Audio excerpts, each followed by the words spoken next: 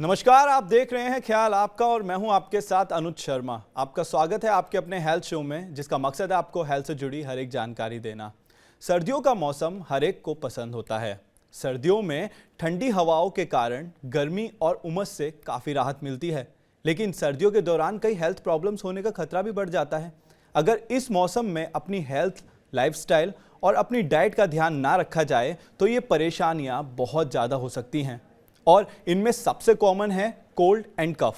इस मौसम में ठंड लगने के कारण आसानी से सर्दी जुकाम हो जाता है, और पॉल्यूशन भी इतना बढ़ गया है कि इसकी वजह से खांसी और सांस लेने में काफ़ी दिक्कत और परेशानियां होती हैं। लेकिन इस सर्दी जुकाम में कैसे करें अपना बचाव? आज ऐसे ही तमाम सवालों के जवाब देने के लिए जुड़े हैं हमारे साथ consultant internal medicine doctor Gaurav Jain, Dharamshila Narayana super speciality hospital से। डॉक्टर, आपका बहुत बहुत स्वागत है हमारे शो में। धन्यवाद। डॉक्टर, मेरा पहला सवाल आपसे ये है कि सर्दियों के मौसम में खांसी जुकाम जैसी परेशानियां काफ़ी बढ़ जाती हैं, तो क्या ये परेशानियां हमारी इम्यूनिटी वीक होने की वजह से होती है? इस चीज का जवाब अगर आप देखें ना, तो इसके लिए दो चीजें समझना बहुत जरूरी है। जी। पहली बात, ये जो सर्दी खांसी की जो परेशानी है, ये आपको ज्यादातर प्लेन्स में मिलेगी। पहाड़ों पे जहाँ पे ठंड होती है या जहाँ पे कोहरा उतना इकट्ठा नहीं होता, वहां पे परेशानी उतनी नहीं होती है। ये इसलिए होती है क्योंकि सर्दी के मौसम में ठंडी हवा ऊपर से नीचे की तरफ आती है और अपने साथ सारा पोल्यूशन, सारा टॉक्सिक, सारा आपके जो इन्फेक्शन वाले कीटाणु हैं, वो सब नीचे लेके आ जाती है। इस कारण से प्लेन्स में रहने वाले लोगों के अंदर ये परेशानियां ज्यादा होती हैं। हाँ, इसके अंदर आपकी इम्यूनिटी का एक बहुत अच्छा रोल होता है, और अगर आपका खाना पीना अच्छा होता है, आपकी डाइट अच्छी होती है, आप हेल्दी होते हैं, तो अगर आपको थोड़ा मोटा खांसी जुकाम होता भी है, तो आप 1 या 2 दिन के अंदर रिकवर कर जाते हैं। ओके। बशर्ते, लेकिन अगर आपका बाकी ये सिस्टम कमजोर होता है, तो हाँ, आपको ये 5 से 10 दिन तक परेशान कर जाता है। ओके डॉक्टर, पर माना जा रहा है कि अभी दिल्ली में जितनी ठंड हो रही है उस हिसाब से काफ़ी लोग परेशान हैं इस चीज़ से। जी, दिल्ली के अंदर बहुत सारा इन्फेक्शन फैला हुआ है, बहुत सारा पोल्यूशन फैला हुआ है। जी। तो आप अभी होता क्या है, इस बीमारी के अंदर ये वायरल इन्फेक्शंस होते हैं मोस्टली, और इंसान से इंसान को फैलते हैं। एंड इस सीजन में क्योंकि लोग घर के अंदर रहते हैं, एक तरीके से घर के अंदर ब्लोअर या हीटर चला के रहते हैं, रजाइयों में रहते हैं, एक साथ रहते हैं, उस कारण से एक दूसरे को फैलाने का ज्यादा कॉमन होता है। साथ साथ बच्चे जल्दी पकड़ते हैं ये इन्फेक्शन और घर के अंदर ले आते हैं, घर के अंदर बाकी बड़े लोगों को भी ये इन्फेक्शन फैला देते हैं। ओके। दूसरा ये भी होता है कि दिल्ली के अंदर इस समय आप देख सकते हैं पोल्यूशन की हालत काफी खराब हो जाती है। कोहरा भी होता है, स्मॉग भी होता है। इन दोनों कारणों से छाती के अंदर कंजेशन बढ़ता है। जी बिल्कुल। दूसरा, हम लोग कई बार ये देखते हैं कि जैसे नहाने के बाद लोग बाहर आ जाते हैं, सुखाते वक्त ठंडे से एक्सपोज हो जाते हैं। कई लोग सुबह सुबह ही नहाते हैं या कुछ ऐसी गतिविधियां करते हैं, पूजा वगैरह, जिसके अंदर उनका ठंडे से एक्सपोजर काफी होता है, जिस कारण से वो बीमार पड़ जाते हैं। और ओके। घर में एक बंदा बीमार पड़े एक इंसान की बीमारी के बाद, आप देखेंगे कि ऑलमोस्ट पूरा घर ही इफेक्ट हो जाता है। जी, ये एक जैसे कि आपने बताया पर्सन टू पर्सन फैलता है, ये बिल्कुल सच्चाई है इस बात में। मैं अपने अगले सवाल की तरफ बढ़ूंगा। मैं आपसे ये जानना चाहूँगा कि सर्दियों का मौसम हमारे रेस्पिरेटरी सिस्टम को कैसे इफेक्ट करता है डॉक्टर? सर्दियों के अंदर हमारे रेस्पिरेटरी सिस्टम में 3 बदलाव आते हैं। पहला बदलाव जो होता है कि हमारी, क्योंकि हवा ठंडी होती है, हमारी सांस की नलियां सकरती हैं। उसका जो डायमेंशन होता है या उसका डायमीटर कम होता है। इस कारण से हवा का बहाव बदलता है, इस कारण से अंदर जो बलगम वगैरह का बनना होता है वो बढ़ता है, और इस कारण से हवा का जो क्लियरेंस होती है जो लंग की, वो थोड़ी सी कम होती है। दूसरा जो बदलाव आता है वो ये होता है कि आपकी जो लाइनिंग होती है लंग की, वो थोड़ी सी थिकन अप हो जाती है, अगेन टेम्परेचर एंड वेरिएशन से बचाने के लिए। और तीसरा ये होता है कि हमारे लंग के अंदर जो डिपॉजिट्स होते हैं, फाइन माइक्रो डिपॉजिट्स, जो पोल्यूशन के, स्मोक के, डस्ट के, ये सब बढ़ते हैं। तो इन तीनों कारणों से हमारे लंग्स के अंदर सिक्रीशंस बढ़ते हैं। ये सिक्रीशंस जो होते हैं, ये एक तरीके से एक ऑर्गेनिक मीडियम बन जाते हैं, जिसके अंदर कोई भी इंफेक्शन अगर घुसता है तो वो पनप सकता है। ओके। इस कारण से हमारे लंग्स के अंदर इन्फेक्शंस की फ्रीक्वेंसी बढ़ती है। इस कारण से ब्रोंकाइटिस, अस्थमा, इस कारण से जो हमारे सीओपीडी वाले पेशेंट्स होते हैं, उनके अंदर छाती में कंजेशन, इन सारी इवेंट्स का फ्रीक्वेंसी बढ़ जाती है। डॉक्टर गौरव, जैसे कि अभी आपने बात करी कि अस्थमा के पेशेंट्स की, तो मैं इसी में एक हाँ अपना जी। सवाल जोड़ना चाहूँगा कि एक तो सर्दी का मौसम चल रहा है जिसमें अस्थमा के लोगों को काफ़ी प्रॉब्लम होती है, दूसरा ये पॉल्यूशन बहुत बड़ा हुआ है इस टाइम दिल्ली का और काफ़ी शहरों जी। का। तो इसमें जो अस्थमा के मरीज हैं, पेशेंट हैं, वो अपना बचाव कैसे करें? दो बेसिक इलाज अगर मैं कहूँ सबके लिए तो बहुत अच्छी चीज है। एक बहुत पुरानी तरीका होता है कि गर्म पानी की भाप रात को सोने के पहले करीबन 1 घंटे पहले आधा 1 मिनट 2 मिनट 3 मिनट आप थोड़ी सी गर्म पानी की भाप ले लीजिए।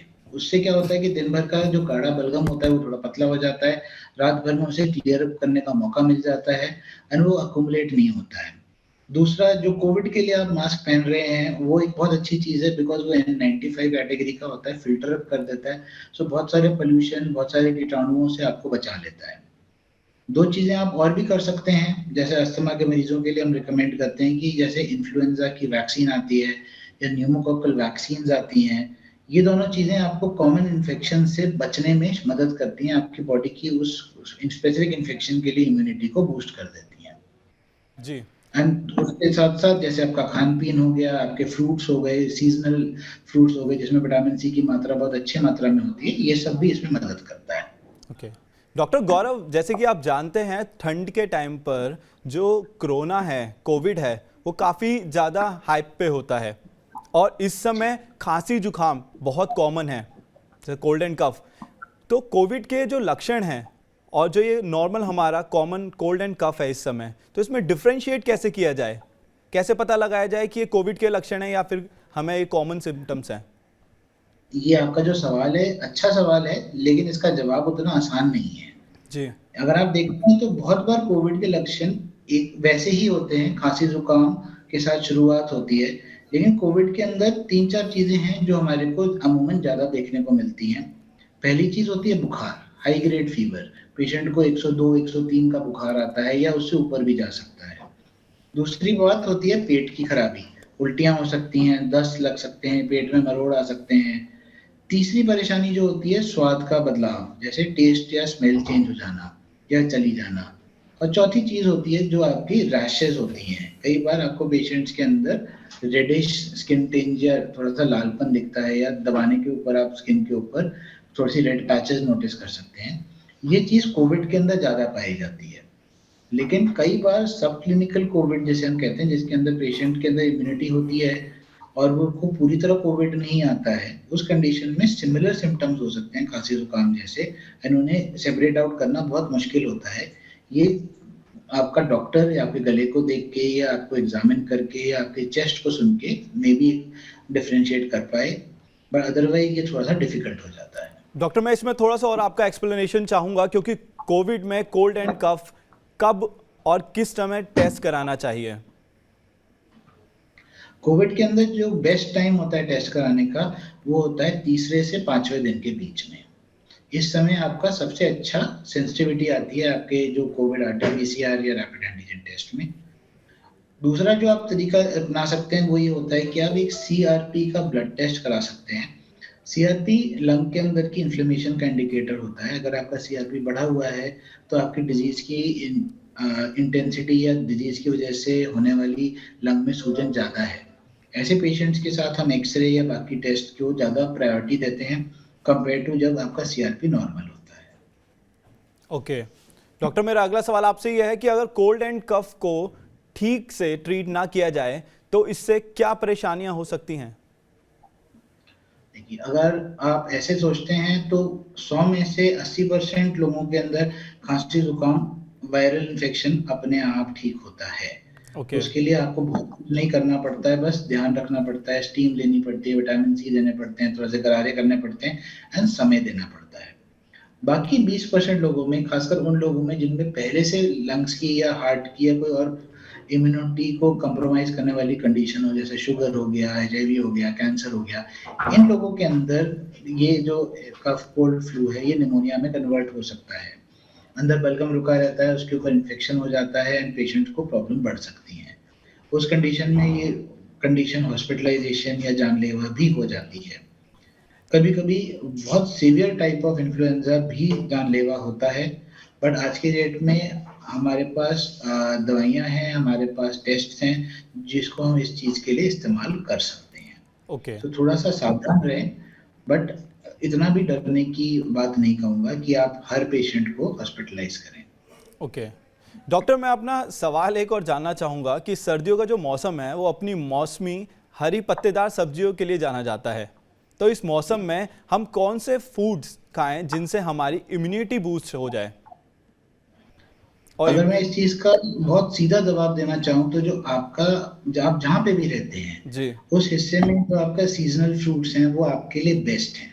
ओके। आप नॉर्थ इंडिया में हैं, आपको संतरे मिल रहे हैं, कीनू मिल रहे हैं, स्ट्रॉबेरीज़ या आपकी बाकी रास्पबेरीज़ मिल रही हैं, आपको पालक, मेथी, बथुआ, चौलाई ये सब मिलता है।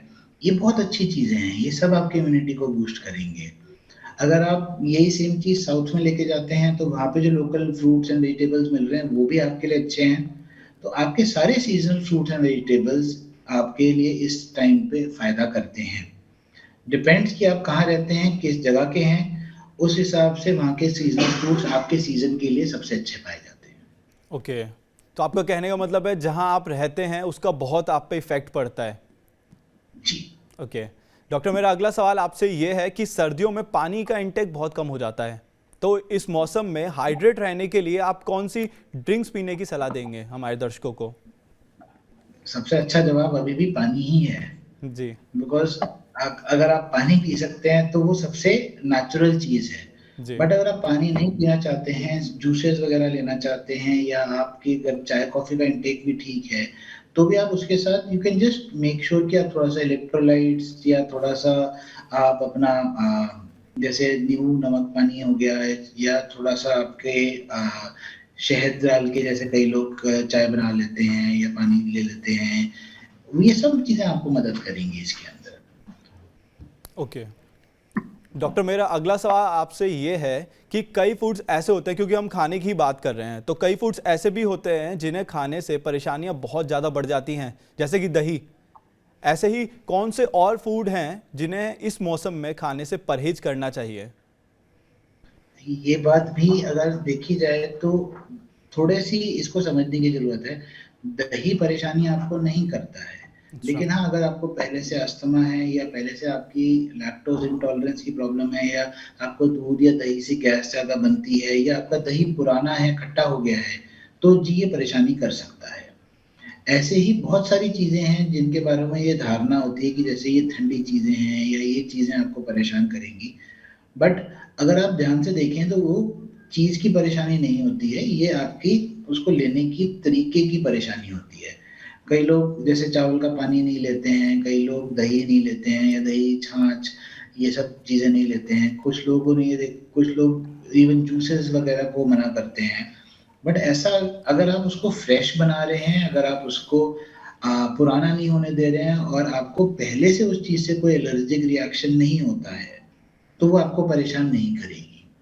ओके। अगर आपको पहले से किसी चीज़ से हल्की-फुल्की गैस या प एलर्जी होती है या कोई आपको गले में खराश होती है, तो हाँ, सर्दी के सीज़न में उस चीज़ से वो चीज़ बढ़ के आ सकती है। ओके। डॉक्टर गौरव, मैं आपसे चलते चलते ये जानना चाहूँगा कि सर्दियों के मौसम में लोग ज़्यादा बीमार पड़ते हैं, आप जानते हैं, तो इस मौसम में अपना ख्याल कैसे रखा जाए? ये जो आपका स्टेटमेंट है वैसे अगर आप देखें तो थोड़ा-सा गलत है। ओके। अगर आप स्टैटिस्टिक्स चेक करते हैं तो you realise winters are one of the most healthiest seasons.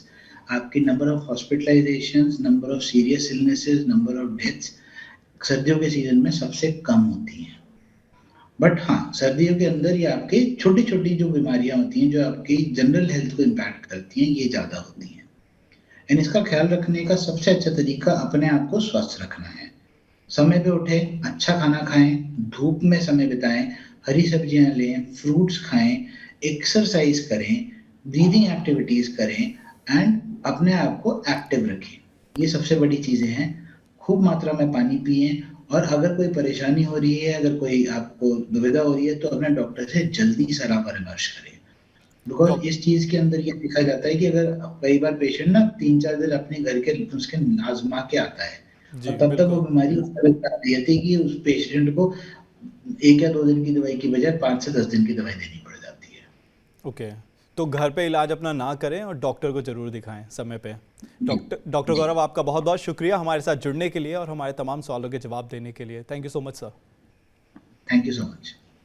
सर्दियों के मौसम में ठंडी हवा और मौसम में गिरावट किसी को भी बीमार बना सकती है। इसीलिए सर्दियों में अपनी सेहत का खास ध्यान रखना बेहद ज़रूरी है। आज के लिए बस इतना ही। अब हमें दीजिए इजाज़त। हम फिर हाजिर होंगे एक नए एपिसोड के साथ और एक नए गेस्ट के साथ। तब तक आप अपना और अपनों का ध्यान रखें। चलते चलते हम आपको बताना चाहते हैं TV9 डिजिटल के न्यू इनिशिएटिव TV9 वेन के बारे में। आखिरकार क्या है ये न्यू इनिशिएटिव, देखते हैं इस छोटी सी वीडियो में। Today, doctors are busier than ever providing care and advice to patients. And the reality is that an average patient now spends much more time in the waiting room than in the doctor's chamber. With such a captive audience, it's time to put their wait time to good use. Introducing TV9 Waiting Area Network that provides premium patient engagement experience through engaging and informative videos. These videos are created keeping in mind an Indian patient seeking medical attention. TV9 Waiting Area Network provides a perfect platform for educating the patients on everything a doctor's practice has to offer while elevating the doctor's brand at the same time. As a doctor, all you need is to have Wi-Fi at your clinic and we'll take care of the rest. We provide you with a TV, a media player, your clinic profile, and a playlist customized as per your practice. Combine all this with the regular news updates from TV9 and you have an awesome branding and marketing tool for your clinic. Write to us at van@tv9.com and we'll get in touch with you to set up our solution at your premises.